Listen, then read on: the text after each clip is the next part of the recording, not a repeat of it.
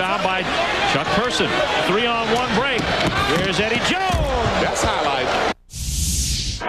Alvin Williams has played 5 minutes in the first half. Oakley, alley-oop, caught it, reverse dunk by Air Canada, Vince Carter. Jason Kidd's long one is no good. Kersey rebounds, lob it ahead to AJ. Races Chapman with a goal for a layup. Hey, he went by Chapman like Chapman's feet were in a cement. It's the 30-minute wrap-up show that's chock full of highlights and those one-of-a-kind Kenny Smith insights. It's Inside the NBA. Ernie Johnson with Kenny the Jet Smith, and the Houston Rockets, who have struggled against teams with winning records, not so tonight.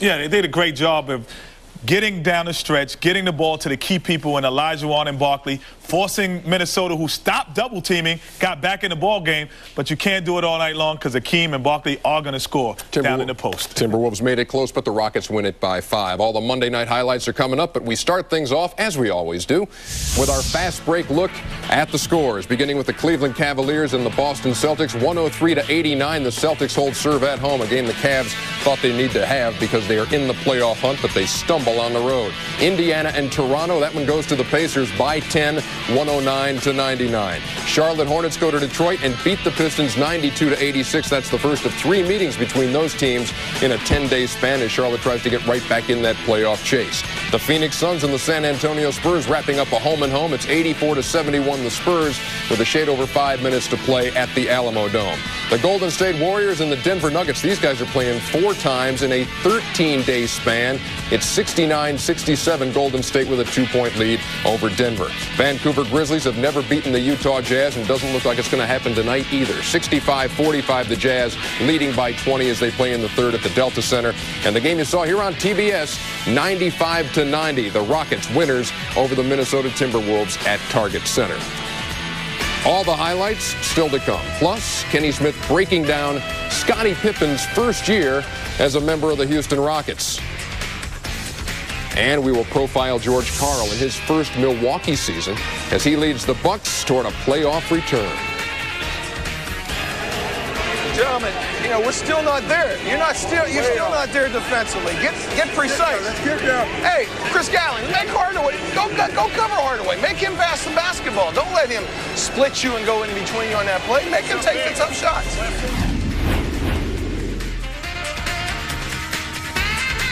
We are going back 41 years for AutoZone's This Date in NBA history. The St. Louis Hawks' Bob Pettit scores 50 as the Hawks claim the NBA title over Boston. He's one of 5 players to score 50-plus in a finals game, with Elgin Baylor leading the way as the only guy to ever go for 60-plus. That's AutoZone's This Date in NBA history. First up on the highlight reel tonight, the Indiana Pacers, who have played so many close games. It is truly amazing that Larry Bird still has more hair than Kenny Smith. 5 one-point losses. Their last 6 losses by a total of 7 points. In fact, Bird called Saturday's 92-90 loss to the Hornets an embarrassment to the franchise. Trying to get better tonight as the Indiana Pacers of Larry Bird go to Toronto to take on the Raptors, and Rick Smits getting it done early. Watch him spin. At 18, Pacers up by 12. Dale Davis was the man for Indiana.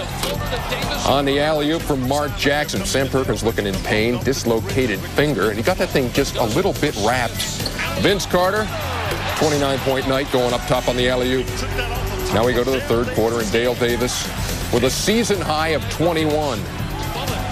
Can't even see Chris Mullin when he launches it, but you can certainly see Dale Davis grab the offensive rebound. Indiana up 9 after 3 over Butch Carter's guys. And meantime, the Rookie of the Year frontrunner, a Derek McKee sighting. Just working on Derek McKee. He's off the injured list and seeing his first action of the year. And what a way to get reintroduced to the game. Vince Carter doing that to him. And then Travis Best will eventually come up with this loose ball. Best had 13 fourth-quarter points, including this 3. And Indiana holds Toronto at bay. Larry Bird's guys snap a little 2-game losing streak, win a game by 10. 109-99. Dale Davis going for 21 on 7 of 11 from the floor. Toronto has lost 4 straight games, and it all began with a loss to the Miami Heat a week ago. And so their playoff hopes taking a bit of a beating. Meantime, somebody went shopping today. I think it was Derek Coleman. Hornets playing at Detroit against the Palace, and with Coleman unable to go, Chucky Brown, Kenny's old buddy. Chucky Brown with the dunk. 20-15, Hornets up by 5. Alvin Gentry's guys would see it get worse. Blue shirts on the break. Eddie Jones had 12 on the night. 51-40. Hornets by 11. Then Grant Hill on part of a 15-point, 8-rebound, 9-assist night cuts the lead to 1. Eldon Campbell, Eddie Jones, two-man game to perfection. All arms and legs going everywhere as Eldon Campbell makes the dunk at 27 points and 11 rebounds. Bobby Phills with a dunk. Hornets up by 10. Don Reed did all he could to keep Detroit in it. Career night, 25 points, 9 boards, 10 out of 13 from the floor. But too much Eldon Campbell. Nice deep post up, and that's easy. 27 points on the night. The Hornets, in the first of 3 meetings against the Detroit Pistons over the next 10 days, this was the opener of a home-and-home, win it 92-86. Campbell with 27. Grant Hill, 15, 8, and 9. And you see Detroit just 12% from the arc as they lose by 6. Cleveland Cavaliers of Sean Kemp going to Boston. Andrew DeClercq returns to the Fleet Center. Vitaly Potapenko returns to play against the team that traded him. He had 15 and a half, none of them on balance. He's fallen all over the place, and the stuff's falling for him. Celtics on top. And then Rick Pitino watches an 8-point lead grow, and hey, we got the better part of that deal, no? We got the better part of that deal. They settle those differences. And then the Cavs make a little move. Look at Sean Kemp, acrobatic. He had 23 points and 11 boards. Ron Mercer had a huge third quarter, 13 points. Give it up? No chance. Speed. You can't teach it. He's going to go down and lay it in. He had 24 on the night. Hey, end-to-end literally here for Dana Barros, Kenny. Here it is again. You can't teach it. The little guy has too much of it, too much speed, too easy for him. Shoot low, boys. They're riding Shetlands. 103-89, the Celtics winners over the Cleveland Cavaliers. Cleveland, well, that's a game you got to win. You're going on the road. You're fighting for a playoff spot, and you lose like that. Boston has won 4 of their last 5 games. So can we take a look at the Eastern Conference? Orlando idle tonight, sitting on top, 28-10, and sitting pretty. Indiana 3 back on the loss side.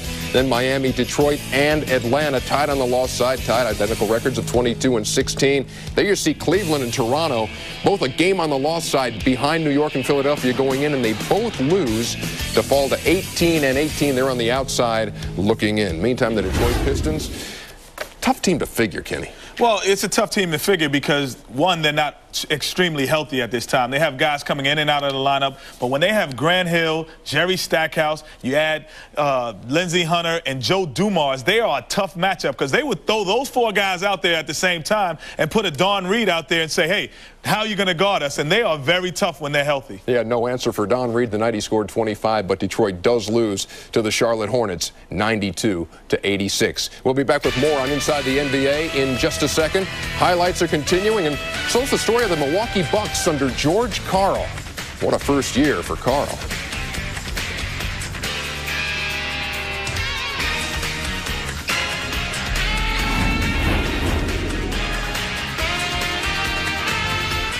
While George Karl was taking the Seattle Supersonics into the postseason every spring from 1992 through 1998, the Milwaukee Bucks were assuming their usual position in front of the TV set.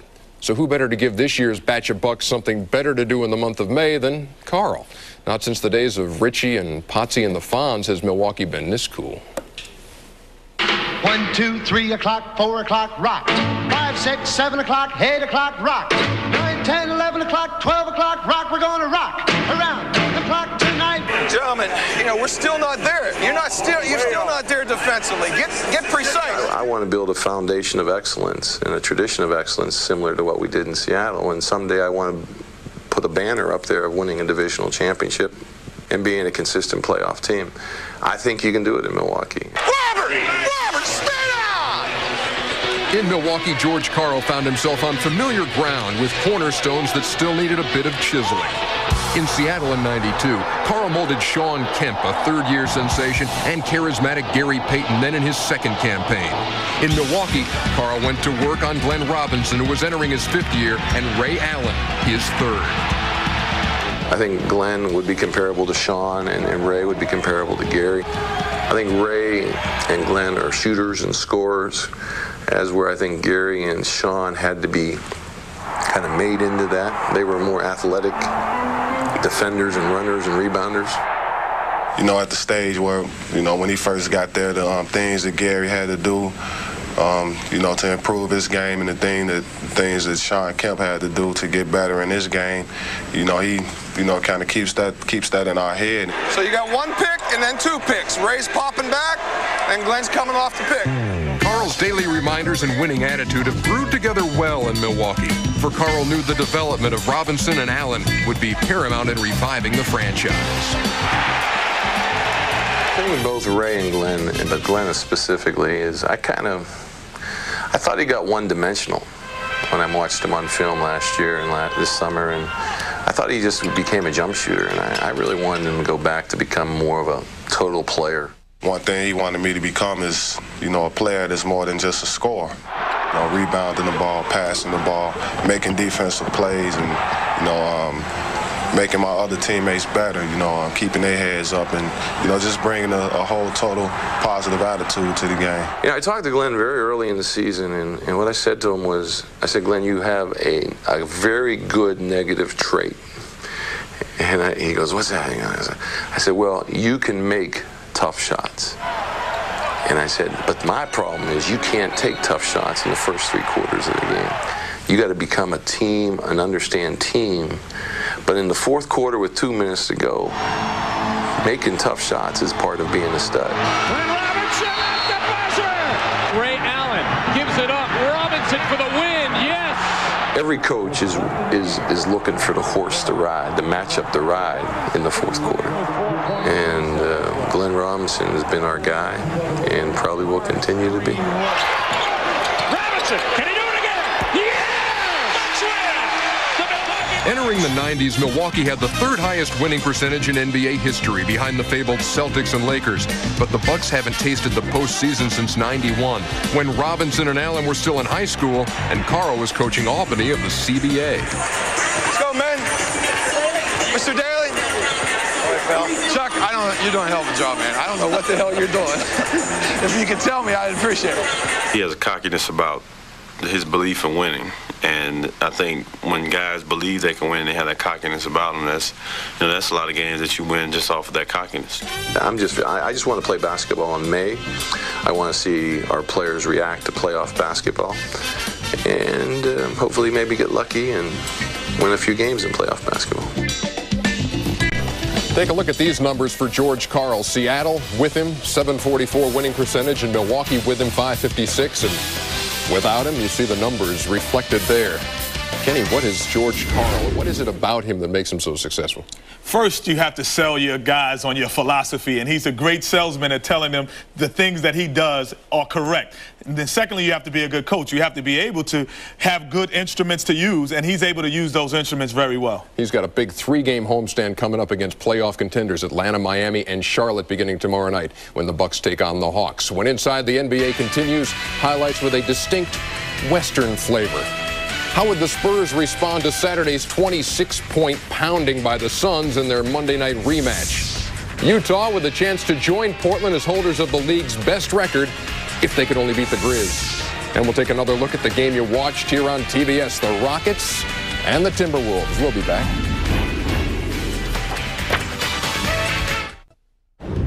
Welcome back to Inside the NBA. Kevin Garnett and the Timberwolves playing host to Houston tonight here on TBS.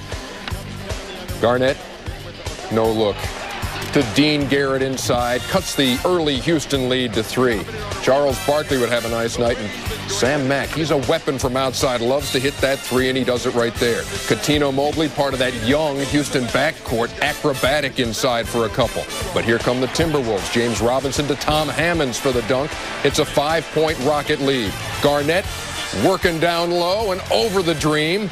87-85 was the Houston lead, but Minnesota could not close the gap all the way. James Robinson, a chance to tie, won't go. Rockets corral the rebound. Sam Mack. There is life after Vancouver, isn't there? The Rockets winners over the Minnesota Timberwolves 95-90 tonight on TBS. Charles Barkley going for 14 points with 11 rebounds and 7 assists and 1 interview with Craig Sager. Well, Charles, we talked about you hadn't beat 500 teams, especially on the road. Was this the biggest road win of the year so far for your team? Craig, that's a little. I think that stat is a little deceptive, man. There's no shame in going to L.A. We haven't played any good teams at home. We finished up the season with a lot of good teams. We got Utah at home. We got Portland at home. We got the Lakers at home. We haven't played any of those teams at home this year except San Antonio. So we're gonna be a little bit deceptive on our record against the good teams because we played them all on the road. And there's no shame in losing them teams on the road. Rockets have been a little deceptive, their performance this year, and everybody thought Scottie Pippen goes down there to join Barkley and Olajuwon. Look out for the Rockets. How would you characterize Scottie's first year there, Kenny? Well, I don't think it's a thing about getting more shots. I think he just wants more opportunities because he's a little bit uncomfortable in certain areas of the floor. Here he is last year with the Bulls. Here he is, comfortable areas for Scottie Pippen. He comes off, doesn't get the first pass, gets the easy layup. He gets the movement going. Here, he's not really the point guard like he is in Houston here. He fakes like he is, just starts to play, gets the ball in the areas where Scottie Pippen is effective, and he can make plays more than making shots opportunities. This season, here he is. He's a true point guard for Houston. He brings it up. He gives the ball, makes sure Olajuwon touches the ball, which is good. But here, there's no movement. The ball swings around the perimeter. He's still on the weak side, away from the basketball. He's walking around. Now, he even so relaxed that he puts his hands on his shorts, and he's not even ready to play defense because he not able to get back.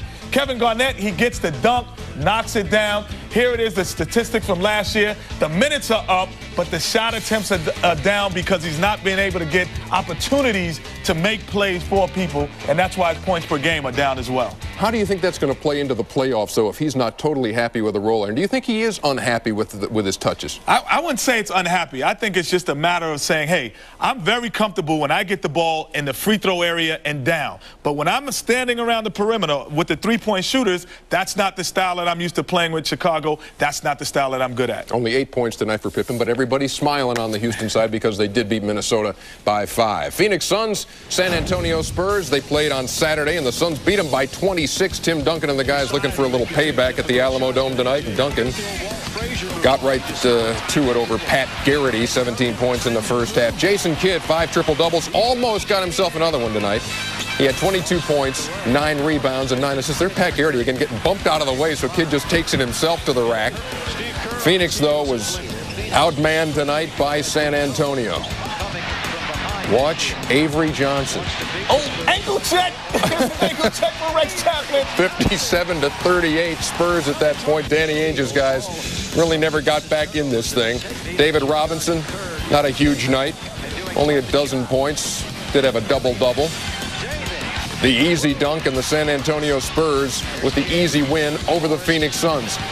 As the beat goes on, watch him, Mario Elie. Mr. Hustle Mario gives an easy layup for Avery. That's the hustle that's been getting them wins lately in the late part of the season. Elie does provide that spark and tries to get these guys lit up. 94-77, the Spurs winners over the Suns. Kidd almost gets triple-double number 6, 22, 9, and 9 as the Suns lose it to San Antonio. Robinson going for 12 and 13, and you see Phoenix only shooting 35%. You don't win a whole lot of games when that's happening. Meantime, at the Delta Center tonight, Greg Foster getting a start because Karl Malone was suspended for throwing that punch at Othella Harrington. Maybe, how about Foster to Stockton, and then Foster from Stockton? Doesn't have exactly the same ring as the old Stockton. Same result, though. Same result. Yeah, Jerry Sloan will certainly take that. Greg Ostertag, look at the block on Felipe Lopez. And it's Stockton finding Jeff Hornacek. That thing's down. And then Utah starts pulling away in this thing. Stockton, Hornacek, runner in the lane. How sweet is that? I mean, it scores 65-45, and right now, the Utah Jazz continuing to pull away from the Grizzlies, 79-63. Vancouver has never beaten the Utah Jazz in 14 tries, and it's going to take a remarkable fourth-quarter comeback to do it tonight. 79-63 with 10:43 to play. Denver Nuggets, Golden State Warriors at McNichols Arena tonight. Look at the blue shirts back the other way. Eric Dampier all by his lonesome. Mike D'Antoni not thrilled with that action. Antonio McDyess going baseline around Jason Caffey. Nuggets by a deuce, and the Warriors playing some defense. Get on the floor, guys, will you? Muggsy Bogues right in the middle of all that. Donyell Marshall with a finish. 20-17, Warriors with a three-point lead. And Mike D'Antoni just relying on Antonio McDyess to get it done. 19 first-half points for McDyess. It's 87-78, though. The Golden State Warriors still with a chance to make it in the postseason, leading the Denver Nuggets 87-78. They near the midway point of the final quarter at McNichols Arena. How do things stand in the Western Conference?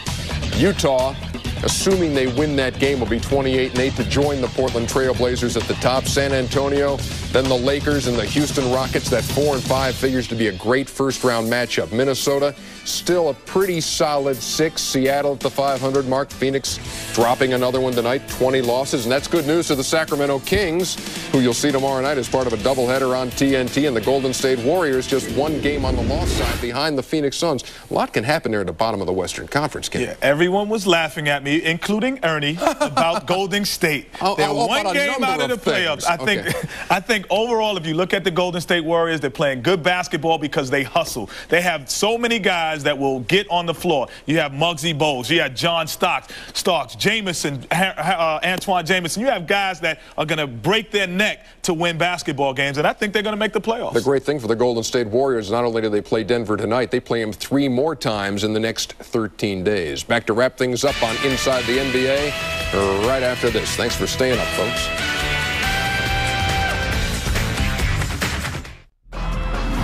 Welcome back to Inside the NBA. There are reports.